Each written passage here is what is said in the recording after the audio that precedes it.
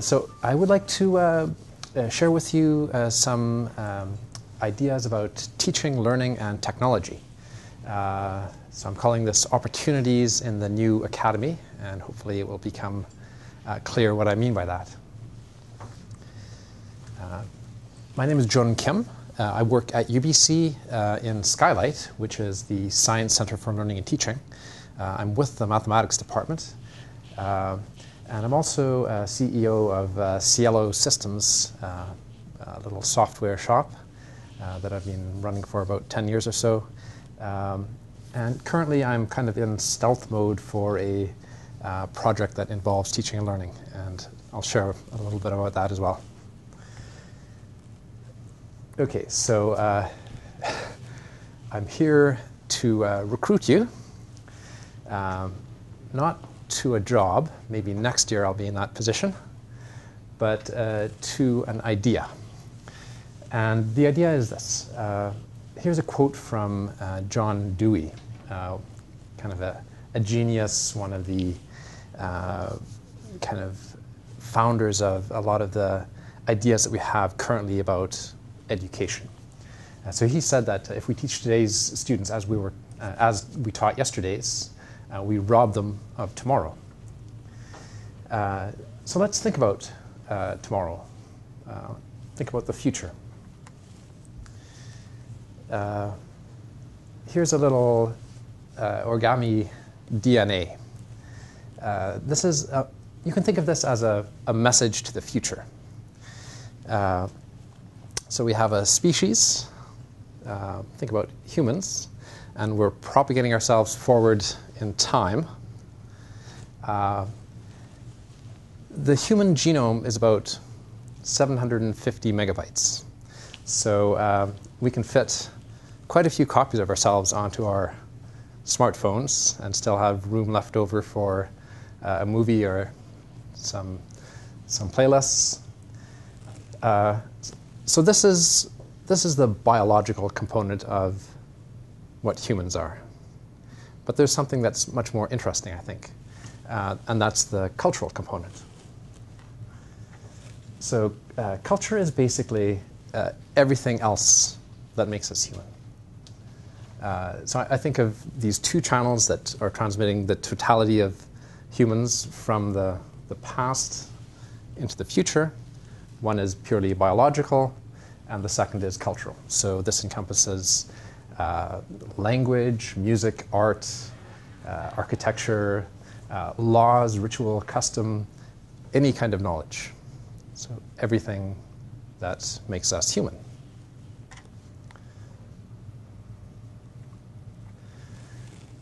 And over the past several thousand years, a main component of this cultural channel has formed what we might call the academy. So this includes K-12. It's not the only channel by which culture is transmitted. We can think of, for example, the church is a very historically prevalent institution which was committed to transmitting a particular culture. Guilds have performed a similar role. A lot of our knowledge is in the form of lore, folklore, or other kinds of learning. A lot of who we are as individuals was shaped by what we learned at home.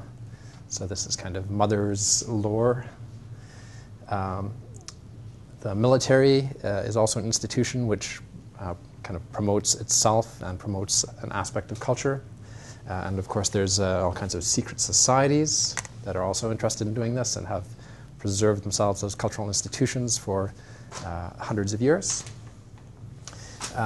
But let's think about the academy. So the role of the academy is basically to transmit, to preserve, and to foster the creation of knowledge and culture.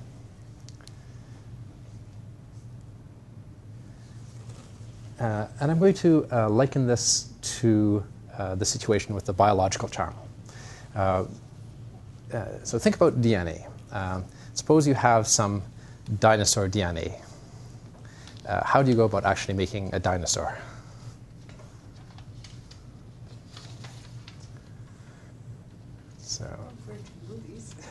Yeah, so this is a question that was posed and answered in Jurassic Park, of course. And the answer is basically, you need more than just the DNA. You also need a decoder.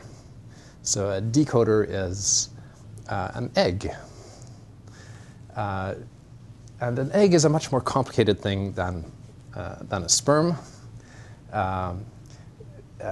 If we liken DNA as being information that's just stored on a USB stick or something, then the egg is more complicated than the sperm, just as a computer is much more complicated than the USB stick itself. And the academy is much more complicated than just a stack of textbooks. So we can think of the academy as kind of playing a role similar to the egg, similar to the womb in the cultural channel. It's interesting that the Latin word for womb gives us the word matrix. So if we think about the movie of the same name, we can see that this kind of encompasses a lot of what constitutes our reality. Okay, so the academy. I think the academy is in an interesting situation right now. There's a lot of challenges. One hears about the state of education everywhere in the news. So it's interesting to think that teaching is probably the #1 occupation throughout the developed world. So there's more teachers than there are any other profession. Canada spends about 5.5% of its GDP on education. So this works out to a fairly large chunk of money, but it puts us about 29th in the world. We're actually behind Mexico, we're well behind the US, and the #1 country is Cuba. They spend roughly 17% of their GDP on education. Think about this. So as you graduate, having done 4 years at a university or college, you've spent about 15,000 hours in the classroom. That's a lot of time. It's generally considered that you can become kind of an expert or a virtuoso or a star in your field by really concentrating on something single-mindedly for about 10,000 hours. So 10,000 hours is kind of a magic number. So in a certain sense, the fact that we've spent 15,000 hours in school, and we're not Mozarts and Einsteins and Michael Jordans, says something about a failure of realizing potential. So the academy maybe does a lot more than just have us each become the best at what we can be in some very small niche. But nevertheless, I see this as kind of a gap. I think we can do better. So what's happening in the class? Well, we have increasing class sizes. When I was a first-year student, my classes were typically about 25 students at UBC. Now I'm teaching, and the first-year classes are, I think, a minimum of 75. So that's enormous. It's a huge change in the span of about 20 years. I don't think that the problem is going to get any better. Trends just don't seem to be going that way. Diversity is exploding. So we have students from all over the world coming to UBC from all kinds of paths. There's people who come to UBC straight out of high school. There's people who have had multiple careers before they come back. It's a really interesting, much richer classroom than it used to be. The curriculum is expanding. It is becoming very standardized and uniform globally. So the graduate of a typical university is now much more of a commodity than she or he was 20 years ago. kind of deliberately so. The intention is that one should be able to go from any one institution at any given level into another institution at the same level. So that's all well defined. However, if we look at the current high school curriculum in North America, it was designed roughly 170 years ago, and it had a particular intention to basically provide the new machinery of the day with skilled labor. So we talk about computers nowadays, and we mean these kinds of things. At that time, a computer was someone who knew how to do basic arithmetic.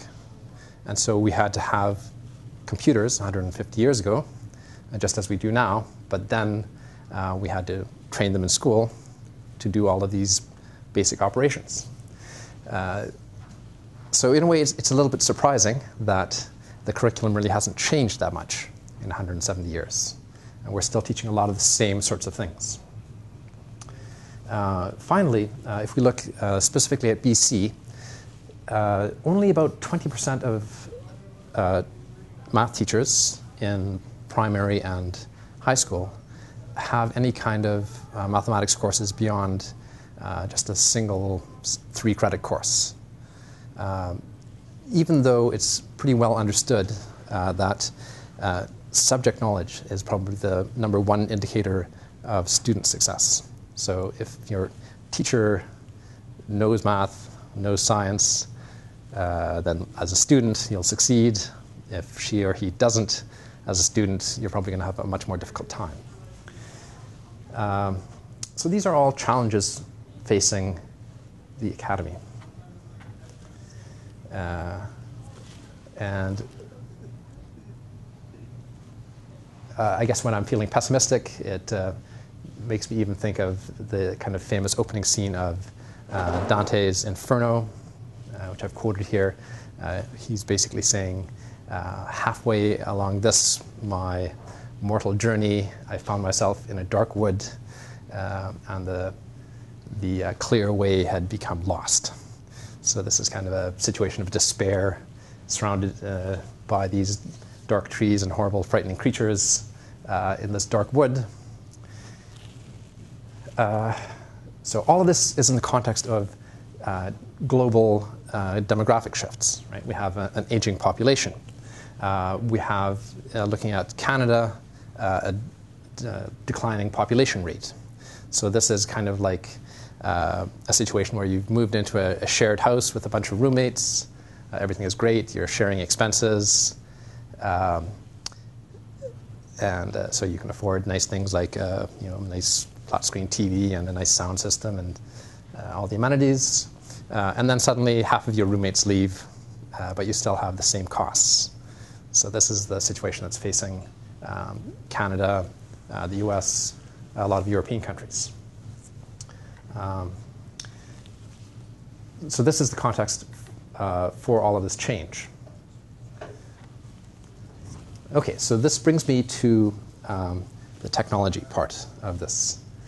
I'm interested in radical technology.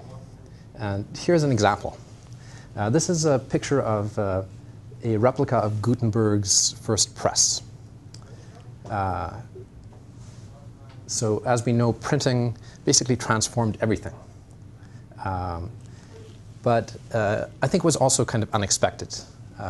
Gutenberg intended to run this as a business. He wanted to print Bibles, and only Bibles.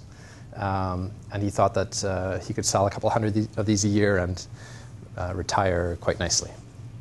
So Gutenberg's little startup was actually a dismal failure. He basically lost a lot of money. The idea really didn't catch on in his lifetime. And it wasn't at all what he was expecting. I don't think that he would have envisioned what happened in the 200 years subsequent to his invention.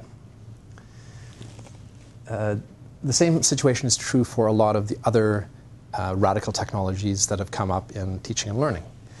Things like, going back even further, written language. This is really an amazing invention. And there are accounts that the scholars of the time who had all of their knowledge by rote were very concerned that their students would forget how to memorize things. If they can just read it, why would they bother learning to memorize things? So again, it was kind of an invention that had unexpected consequences. It really caused a shift in the way that we think about knowledge and scholarship and learning. The same thing is true for, let's say, photography, audio recording, film and video, and more recently, computers and the internet. So the internet is also something that has transformed everything. It's something that, for example, if we look at the World Wide Web, has basically been invented within your lifetimes.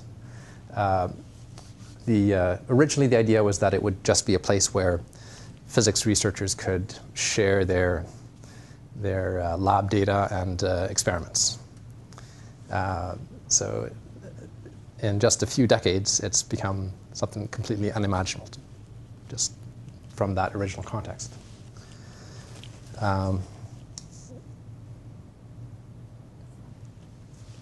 the interesting thing is that it took Gutenberg's invention several hundred years to kind of become widespread, and the internet has done the same thing in roughly 20 years. At the same time, the amount of knowledge and the amount of culture that we collectively as a species has grown unimaginably. It's really this huge kind of precious cargo that we carry with us as a species. So we have what I'm thinking of as the new academy. And this is kind of a transformation of thought and perspective. Each technology builds its own infrastructure. So when rail was first invented and became kind of the prevalent mode of transportation, a huge amount of our production was put into developing rail infrastructure. It's still everywhere. Now rail is kind of not really that common of a mode of transportation. So the question is, how much of the infrastructure of the old academy do we still need?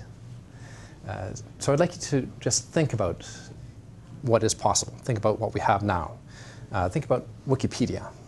Think about massive multiplayer collaboration as a means for learning and researching and working.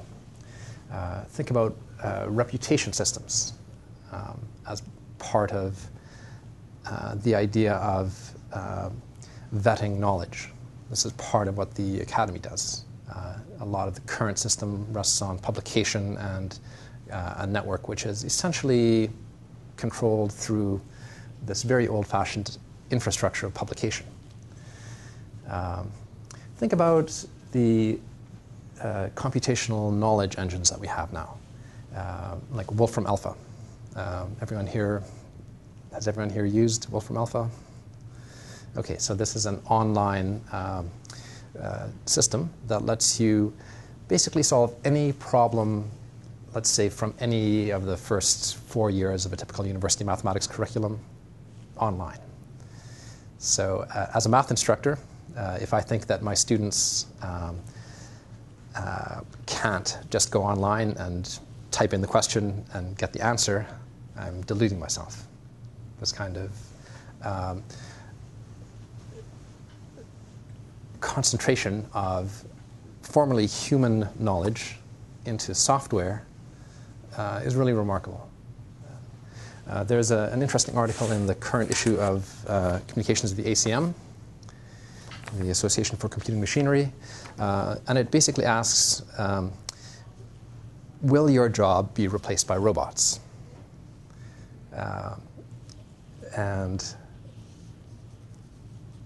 20 years ago, the question of whether a mathematician could be replaced by a robot would have seemed ridiculous.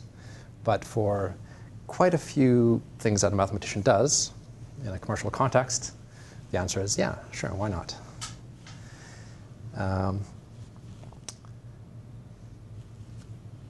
So the question is, what should this new academy be in what I sometimes call the hollow math? Hollow meaning entire or complete, and math from the same root as the word for mathematics. Math means knowledge. So if you are in a situation where all knowledge is accessible to you just by going online, what is the meaning of learning? What is the meaning of education?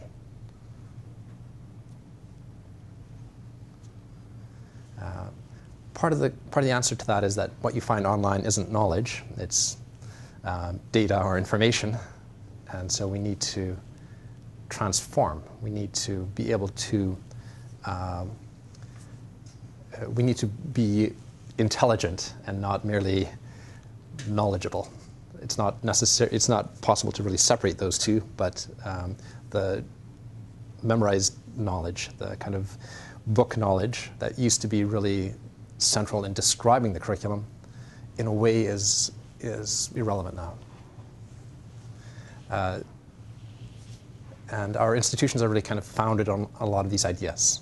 And it's important to think about, okay, what do we do now that the answers to most questions that will likely be asked in a typical situation, all of those questions are now answerable online, very quickly, very efficiently, very reliably.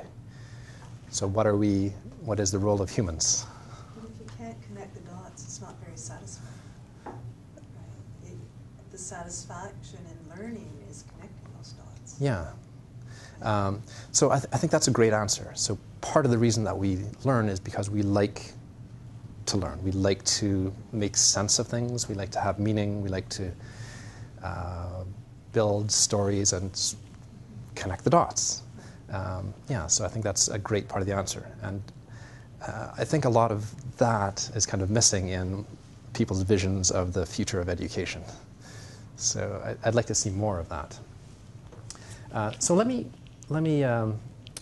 turn to just two specific things, examples of technology in education. So one of these is fairly straightforward. Do you guys use clickers in your classes here? Some do. Some do? Has everyone seen a clicker or used a clicker? Anyone who hasn't? Okay. So I guess I don't really need to tell you about them. But let me ask you instead. How do you find them? Do you find that they make classes more interesting? Do you find that you learn in new ways in situations where you have clickers? I haven't actually used it, but I've heard that the new clicker software will see what your answer is and tell you who to discuss it with, because they've given a very different answer. So interesting. That's intriguing. Yeah. So just the idea, if you haven't seen one or haven't used one, is that as an instructor, I can ask a question. Everyone present can then vote on an answer, A, B, C, D, or E. There's one kind of common setup, so I would ask a multiple choice question. And then I instantly see what the responses are. So I can see if everyone has kind of got the answer that I've selected as correct, or if there's kind of a broad spectrum, or if there's really just kind of two competing ideas. And in this way I can judge whether what I have just presented in lecture is being received and processed and making sense. This is, in a way, kind of radical. I think in a class of 20 or 25, a skilled instructor kind of has a sense for this. In a class of 200, there's no hope, except through a technology like this. So I see this as at least the beginnings of a kind of technology that can make large classrooms small again, with the idea that small classrooms are good. It's kind of an ideal that we have more communication from students to the instructor and amongst learners. The final project that I wanted to present is a system called Webwork. Does anyone here use Webwork? Has anyone here used it? So this is, again, an online system that lets instructors assign homework. It's designed for math homework, but it's been used in chemistry and physics and computer science and other courses. And in my classes, I would assign each week about 10, 15, or 20 problems of this nature, and students would then answer. Generally, you need to work it out on paper first, but once you have the answer, then you can type it in the box. And it's not just a numerical answer. It can be a mathematical expression or a string, multiple choice questions. You can select points on a graph or select features of some kind of object that's been rendered. And the system will then automatically determine whether you're correct or incorrect, give you your feedback right away. And so students like it because they get the immediate feedback as to whether they're doing their homework correctly. Instructors like it because they also get feedback right away as to how the class is doing. There's none of the tedious, repetitive labor of grading dozens or hundreds of assignments. And so all of that time can be spent doing something that's more directly relevant to teaching and learning, crafting more interesting activities or examples, meeting one-on-one with students, whatever. There's suddenly dozens of hours that are freed up for large sections. This particular system is open source software. It was developed starting in the mid-90s, so it's quite mature for the software, quite mature in the realm of web software. There's about 25,000 problems that are part of a national library, ranging from K-12, but most of the focus is on university-level mathematics courses, so calculus, differential equations, linear algebra, and so on. Even though it's been around for 15-some years, it's, I think, only now starting to really get a lot of uptake. And so there's a lot of growth in the library. People are contributing new problems. I think this is a radical technology. If we think about university textbooks, think about how many thousands of dollars you've spent on university textbooks. I figure that at UBC, publishers make about $700,000 on first-year textbooks for mathematics per year. And so what is so special about these books that they should be worth this much money? Is it the content? Well, not really, because how many different ways are there to present calculus?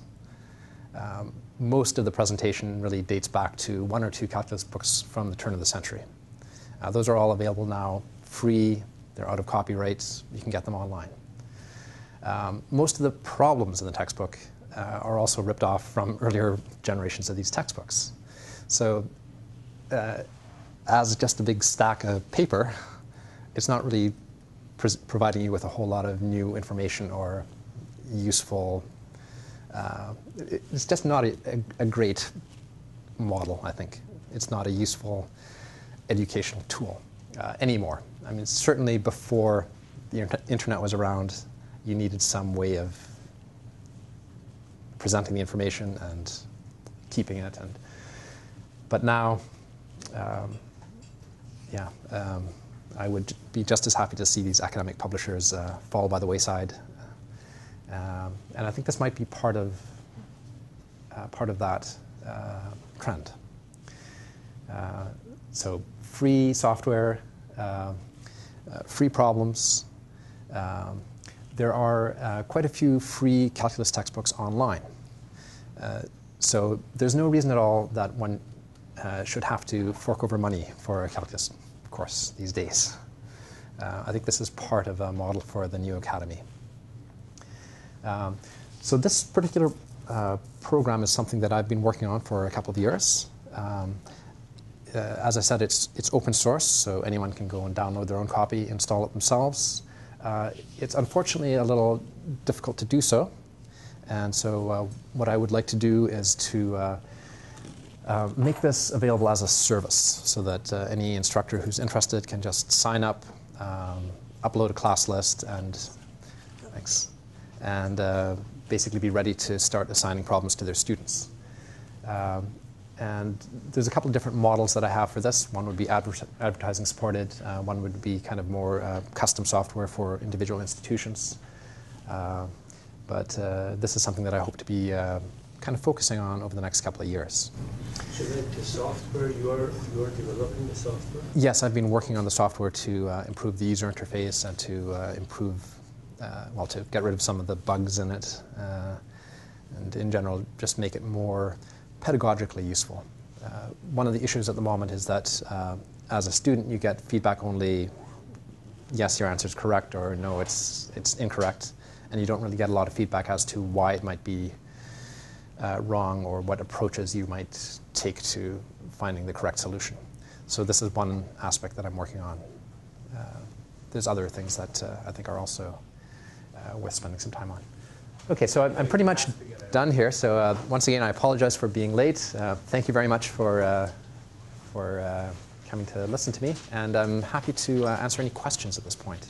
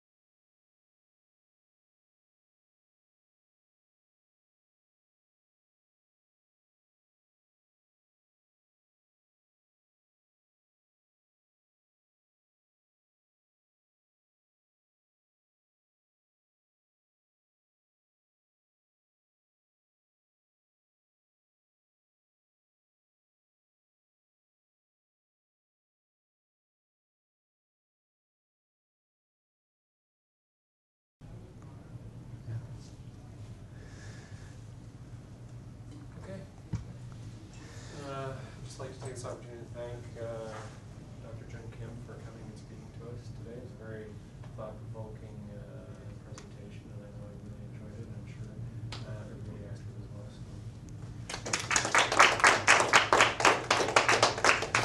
So. Thank you all. And also, again, a reminder, so we're going to have this